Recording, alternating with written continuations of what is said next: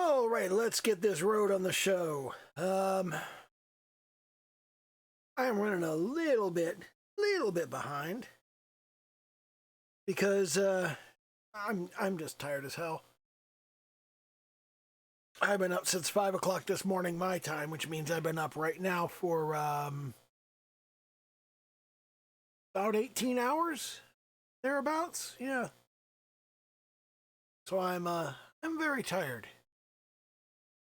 But let me jump in here and we'll go on into the voice chat and we'll fire up the screen share and we'll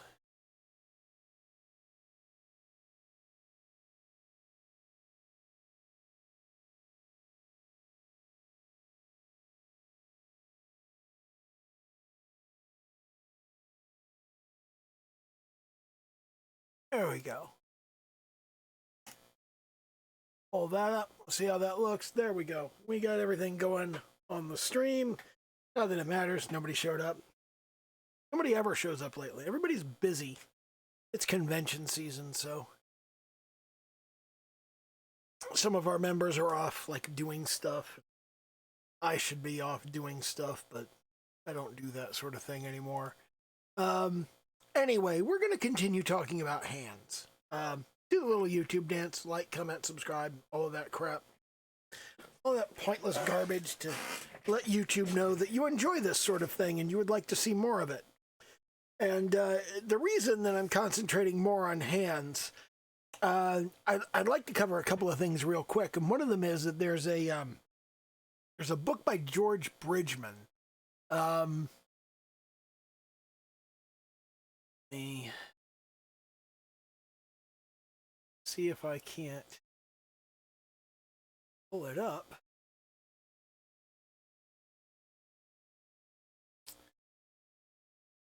Huh? Why is the Microsoft Store coming up? No, I don't want. No. That. Oh.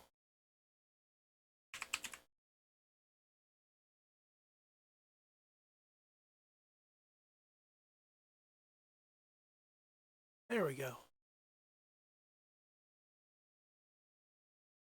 So if I fire up my Kindle reader, I've got a book by George Bridgman called The Book of 100 Hands. I just want to show you the cover of it, so you can see what it looks like, and that way you'll be able to recognize it when you go and pick it up from Amazon if that's the kind of thing that you're interested in.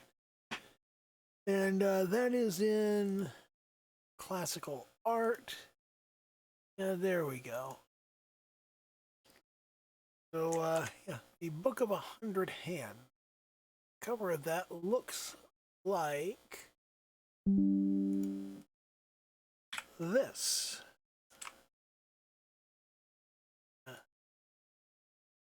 Scale that up. So, The Book of 100 Hands by George Bridgman. It is basically just 100 different hand poses.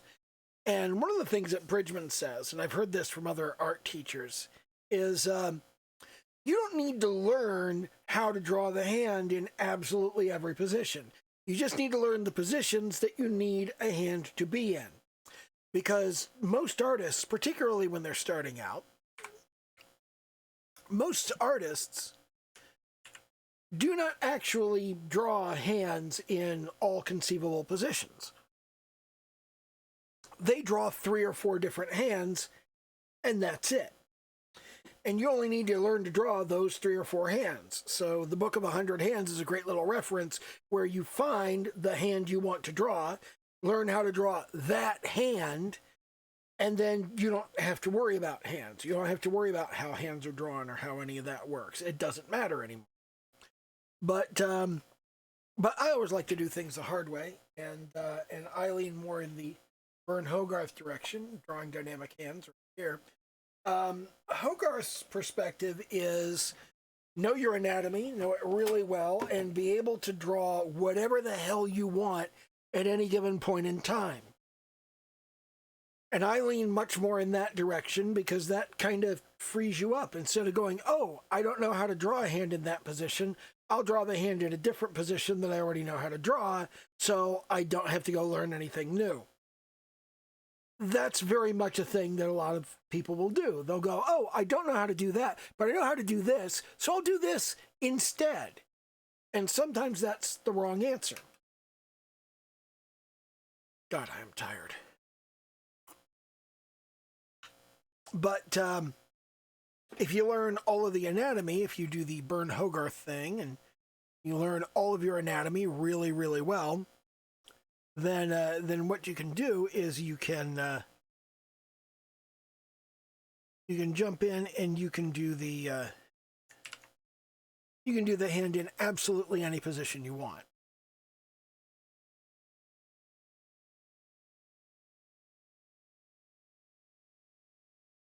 The thing is, Hogarth makes a point of observing that the hand is curved,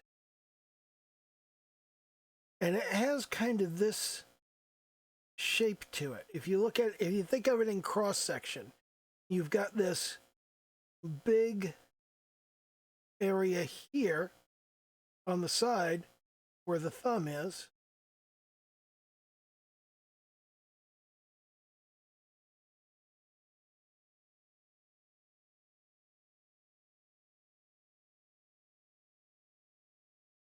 You've got this big prominent muscle there, and then you've got this prominent muscle over here, and that gives kind of a horseshoe shape to the hand in cross section. The hand is much thinner here than it is out on the edges. And you can see that when you crunch your hand in on itself, you can really see that horseshoe forming in that trough in the middle of your hand there. So you got kind of this thing going on, and the hand widens out as it goes out farther, like this. And I'm just parroting stuff that I've read in Hogarth over the past days, because that's the kind of person I am. I just kind of repeat what I learned from other people. There's not a very prominent knuckle over the little finger.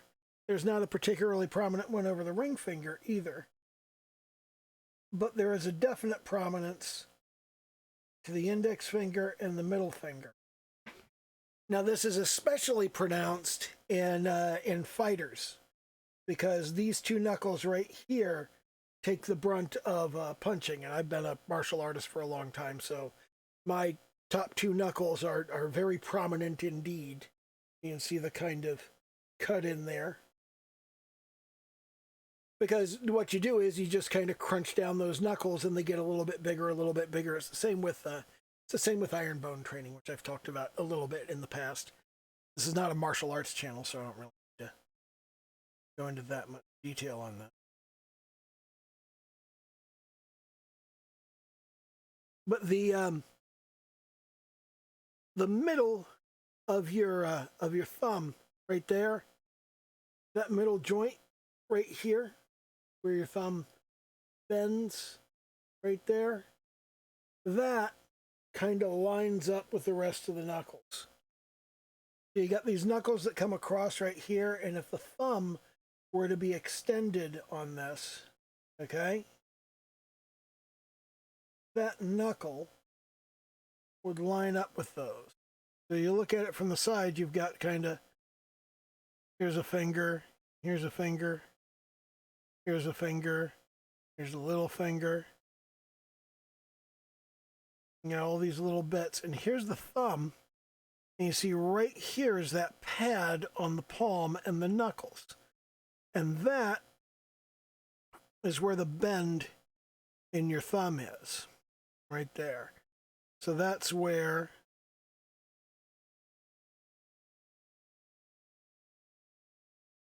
the thumb's joint is, and then the rest of the thumb comes out, and it typically comes about to that first joint of the index finger right there.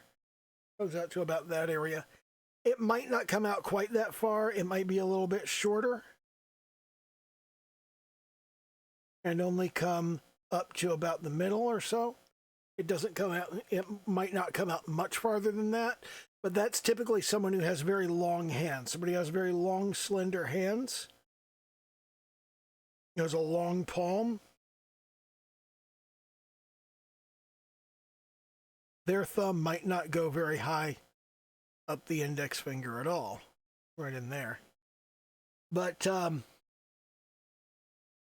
of the stuff that Hogarth talks about that I find particularly important, he talks about the rod and ball structure. So you can kind of think of each bone in here as being a rod with a ball on the end.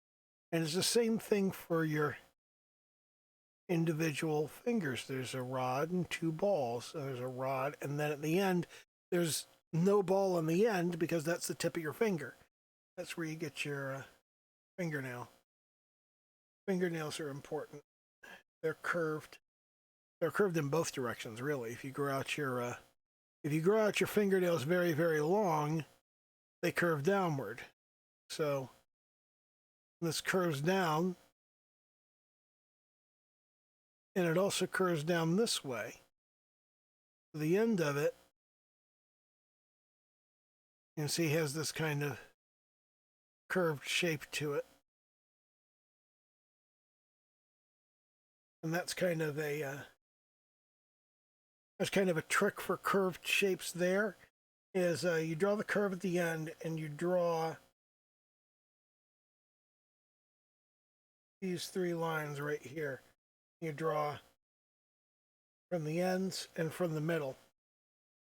And it's a very quick and simple way to draw kind of a curved piece of paper thing. God, I'm having trouble maintaining my train of thought. I'm so fucking tired. But I have to stay up. It's my son's 19th birthday tomorrow. I gotta be up at midnight to wish him a happy birthday, which I do every single year. You have to do that, especially when you're when your kids don't live with you. You have to remember every single year. You have to remember all of those milestones. You have to try and stay in the loop and be there to talk to them. Be there to be there as much as you can, even when circumstances don't allow you to do that as much as you'd like. Never do. You always want to see your kids more than you do. Even if you see them every day.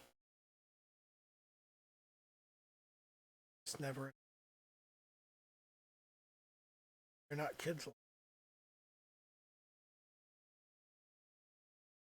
And it's a mixed blessing because on the one hand, you really love seeing them grow up and become adults and start to get to these goals that they've had for years and to become what they've wanted to become. But at the same time, it's miss your baby. You always miss your baby. You always miss your little ones. You miss when you used to pick them up and hold them. When you used to be able to throw them in the air, and you used to go out and play.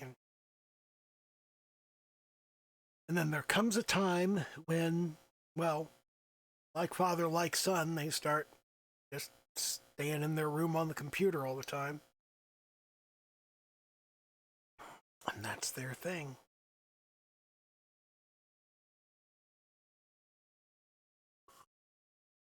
But again, train of thought. Back to hands. I need to talk about. Let me erase this because it's really not.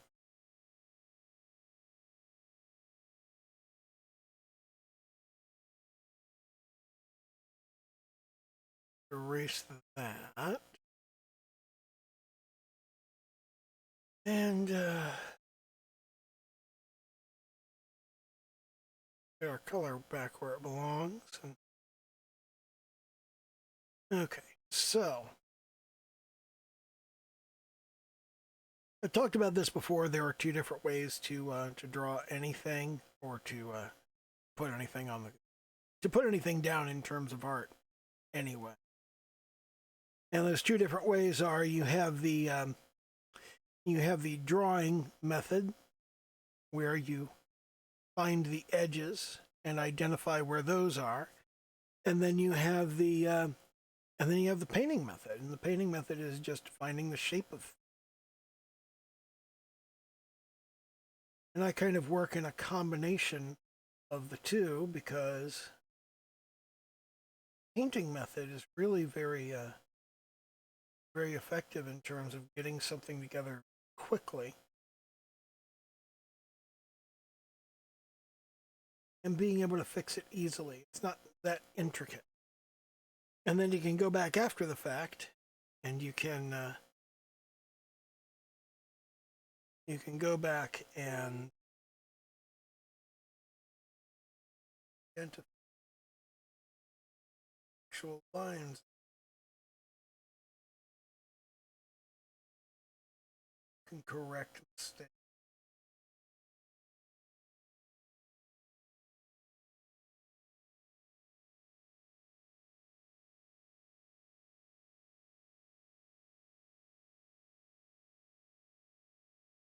Improve whatnot. This is not a very good job. There's another thing.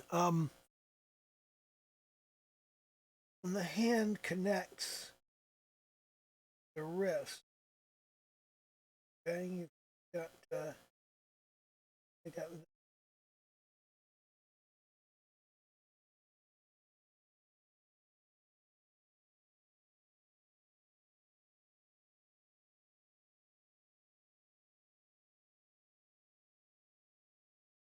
you kind of got this thing going on here, and there's a little wrist bone that pops out over here by the little finger, okay, and that kind of pops out to the side. But on this side, you get kind of the opposite because the thumb kind of juts out a little bit. So the way this connects to the arm is kind of the thumb sits off a little bit more to the side. Like if you just hold your hand up straight, you can see that this side of your arm, it just comes down and goes straight down the line of the pinky. And on this side, it bumps out to follow the thumb.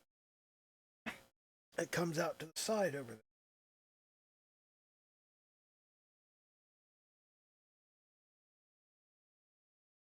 All of that kind of has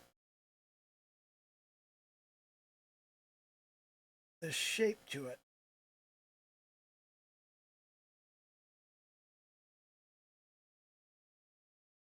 And you need to remember the volume that you're working and how these are somewhat cylindrical. And there's sort of the individual bits of the fingers, they're kind of flat on the back, rounded on the bottom. Okay? And the individual joints of the fingers kind of nest into one another. Each one sort of folds underneath. This little bit right here, it kind of tucks up and around the next bit, which in turn tucks up and around the third bit. So this is all pretty solid, but then as it bends, this loosens up and it kind of wraps around that bit of skin right there. And then down here, this bit loosens up and wraps around that little bit right there. So you get this kind of accordion thing going on with everything fitting around each other. But each bit is wrapping around the next bit down the line right there. So you start out when it's straight like this, but when it bends, this bit goes inside a little bit, which means it goes up underneath of that. And it's the same thing here. When that one bends, this bit goes inside of that bit. So as it bends, you get this kind of folding in on itself situation. So this is a little bit wider and on the outside of this, just a little bit. It's not really pronounced. But that's how that fits together. There you have your fingernail. And I'm drawing Pecora, and Pecora's fingernails are kind of they're almond shape. Like this. Kind of narrow and feminine. And this is another situation we're all familiar with. We are all familiar with what they call absolute territory, which is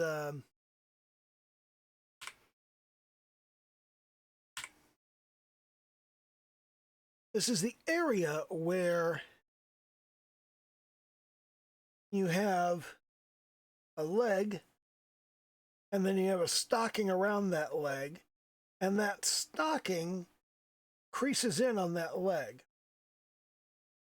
So you get this little divot right there. Well, with your fingernail, you get the same thing. You got the end of your finger, you got the fingernail right here, and then at the edge of the fingernail, this bumps up a little bit at the edge of the nail. And actually, that's crammed in there. So when you look at it from the side, you've got these bits here are kind of sticking up around the sides. They're sticking up around the side of the finger, around the fingernail as it comes in. You can't really much of anything there. It's way too small. But you've got this kind of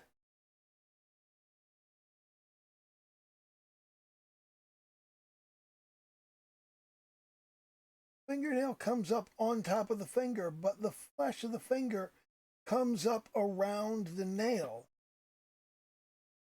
And again, that's not too pronounced. That's not too overt, but it's important to remember that it's there.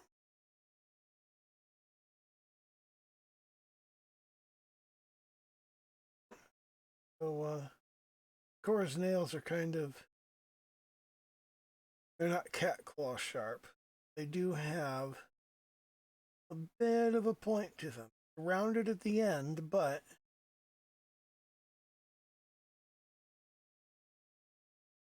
kind of that shape to it. And the top of the fingers is typically narrower than the bottom of the finger. So this sort of thing, and here got the joint, and that kind of goes in, comes back out, because at the joints, the underlying bones here, you've got kind of a wide bit of bone here, narrow bit of bone here, and you've got this fat pad, this kind of fatty tissue and protein. It's kind of sitting around that, and where the bone bumps out, okay, you have less tissue around it. So here we've got meat around the bone. Here we've got mostly just skin around the bone. And then here we've got more meat around that bone as it comes farther down.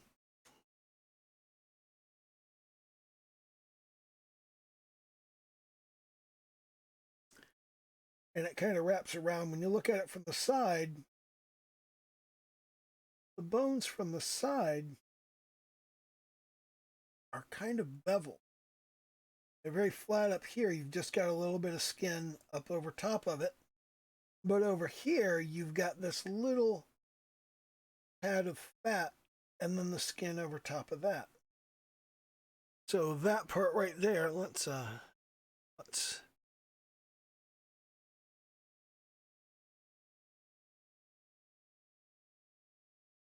take that off. Right here, we'll scooch over here. This bone here, and this part here, this is a kind of fatty, meaty tissue. And then this here is a kind of, this is the skin here. Kind of light orange, peachy color for that. And that's the structure that goes around the bone in your hand. And there are also tendons that I haven't drawn in here. If we were to draw those in, they would fit in between here. There's a tendon that runs up here, and there's a tendon that runs through here. It runs between the fat and the bone. And that's for protection. And then, of course, over top of this, we've got a bunch of veins.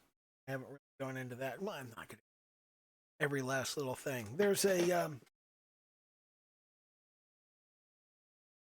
a fairly complex structure to the veins, and it is consistent, but it's a bit much. It's a bit more than I want to invest a lot of time in. And also, it doesn't seem to match up with what I see on my own hands. I have pretty prominent veins in my hands. So I look at that diagram and I go, that's not really an accurate portrayal of which veins are where. Because I can see that, like, some of the veins are on top of other veins, and some of the veins are more prominent than other veins. And I don't know. I'm gonna have to do a vein study at some point. But those veins are just way too straight and way too orderly and even. So let's see, where was I? I have no idea where I was. Well then, God, I'm fucking tired. I'm sure everyone understands what that's like. I'm sure we've all had shit to do when we're tired, when we've been up all day, we've been doing a lot of work. I had to snake out a drain earlier this week, and my schedule's just been all messed up as a result. But let's come down to that. But anyway, the hand. You can think of here's the arm right here, and that has this little bump out, and then you've got the edge of the hand right here. Here's a little finger. The little finger is about the same length as the thumb. That's more evident with these two hands. Your little finger and your thumb are about the same length. You can check that. So after the middle finger, thumb, same length. See that? And you can check that on your own hands. Just put your little finger up next to your thumb. Holy shit, they are the same length. But you put the nail right in there. Put the nail right in that crease at the base of the thumb. And then you roll your thumb over, and the thumbnail ends up right in the crease of the little finger. They just fit together that way.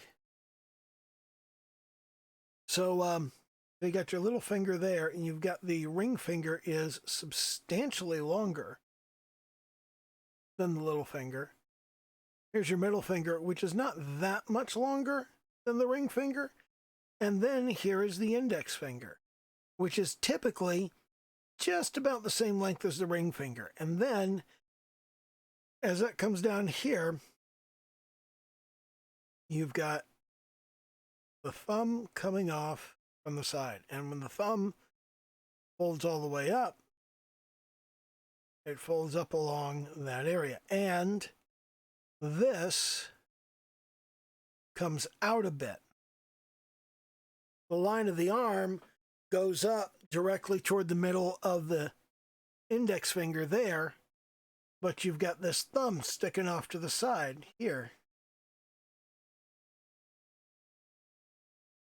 And that thumb is sticking off over there, and it's got this kind of bump. So, add up a bit. Clean up that little area there. It kind of does this swing out, swing up, and then swing out again. And then there's the thumb, the joint of the thumb, and that goes into the palm. Actually, this is far too rotated a thumb.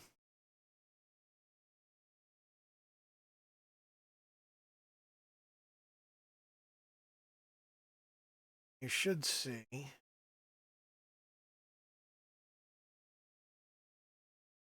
more of the back of the thumb,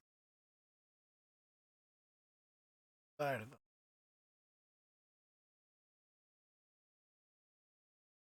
so.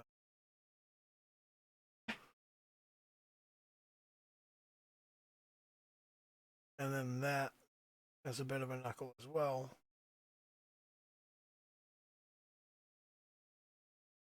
This come out here and you'd have that sort of shape to it. You have the kind of comes out, and you can see both of the joints in the way that the thumb folds. This is not great, but there's progress being made here. You are mostly watching me figure stuff out. I'm telling you the stuff that I have figured out, so you get the benefit of seeing me say, oh, I figured this thing out. Doesn't make me a great artist, but makes me a slightly better one. Maybe it can help you be a slightly better one too.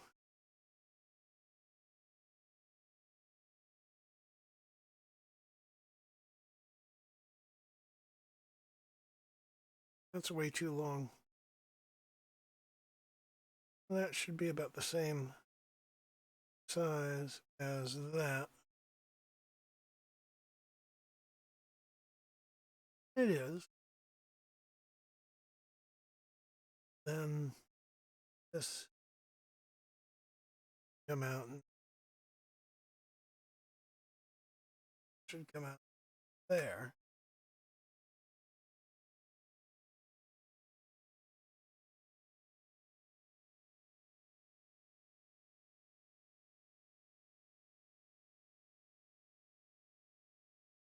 Guide not be.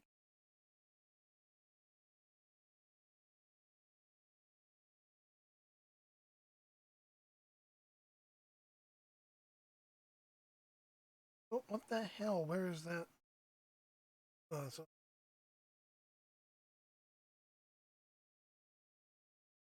I lose track of what layer I'm on all the time, and I really need to get better about that.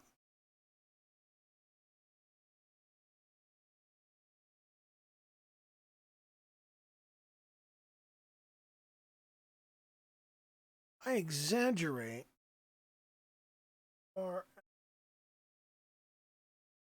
web of the thumb come about.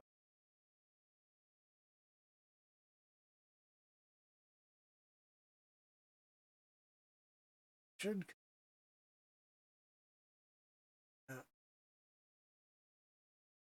start with that. Okay.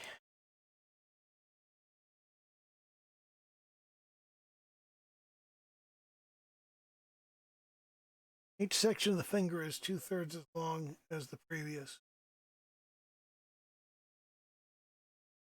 I don't know of an easy way to calculate that or check it, but that's a thing.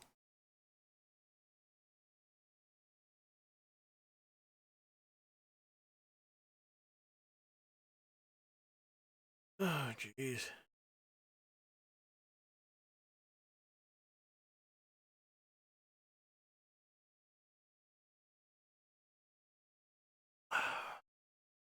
Being sleepy on stream is not fun. Wonder there's a correlation between how far this comes out and how far this comes.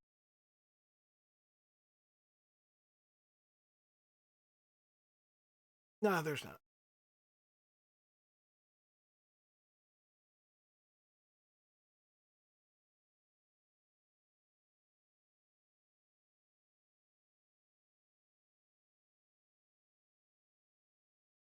If I were to paint this,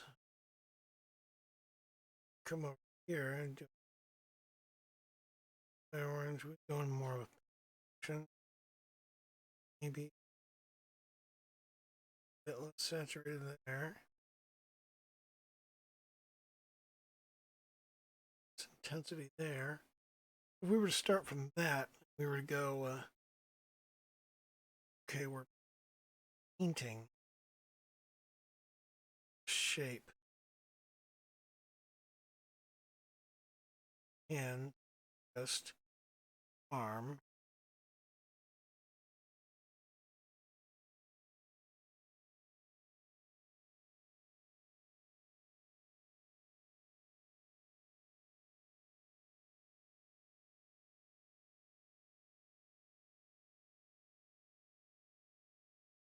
Kind of this result.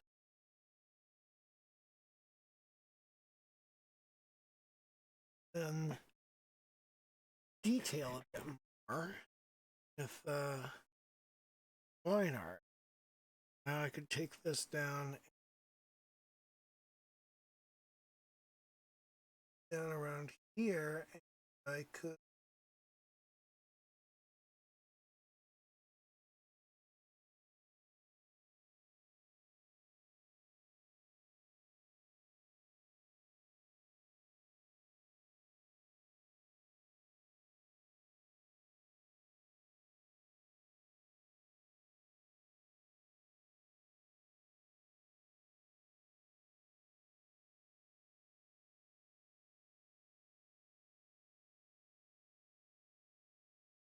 get this kind of thing going on.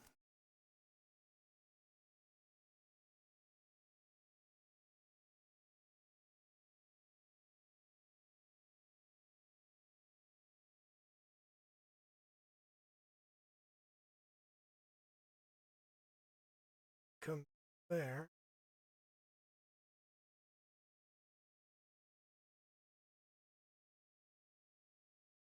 Because we're bottom.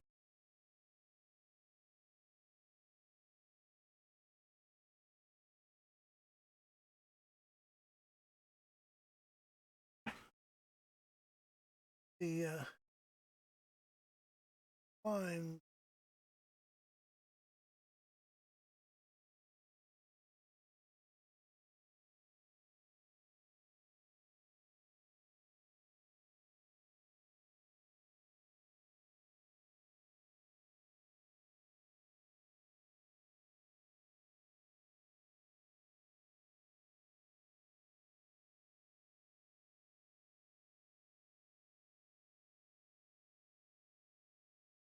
are frequently divided into air.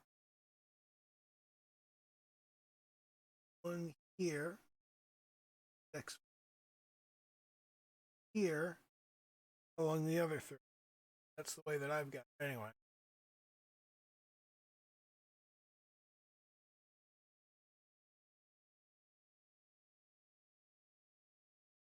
So that one kind of comes down a lot sharper. Here, like so. Hypothetic prominence there.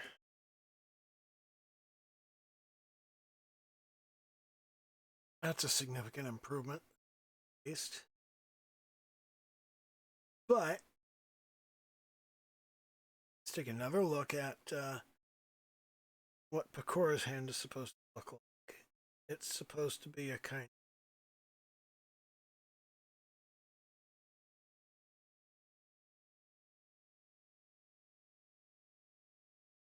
reaching, grasping sort of thing. That's going to be kind of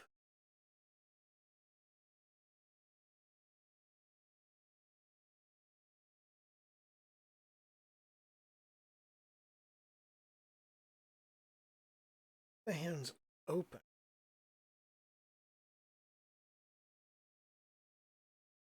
This finger in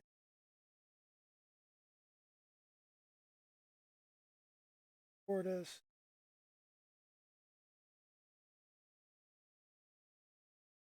Two fingers.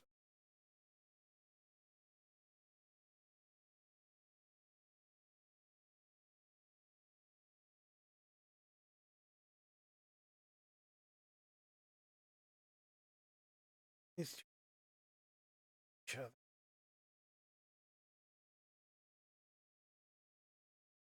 And the little finger.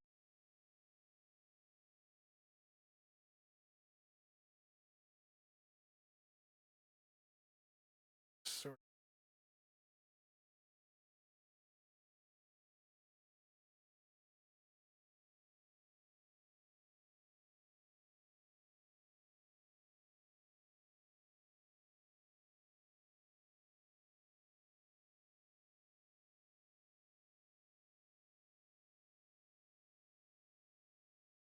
So we've got kind of that sort of shape.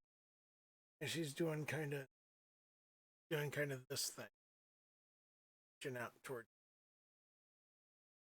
Itcha.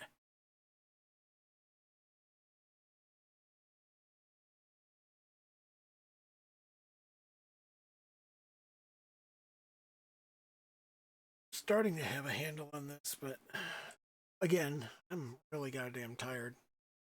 So I'm gonna go ahead and call it on this stream because I'm way too tired to keep playing. And again, you know, do the little YouTube thing, like, comment, subscribe, all that sort of stuff. The little bell icon, let YouTube know what you're thinking about. This is something I need to save it. And practice 3. And I hope there's nothing unsafe for work that came up in that file dialog. Close. And that'll be that, I guess. You know, I don't have anything else. I'm too fucking tired to keep track of anything. Okay, bye.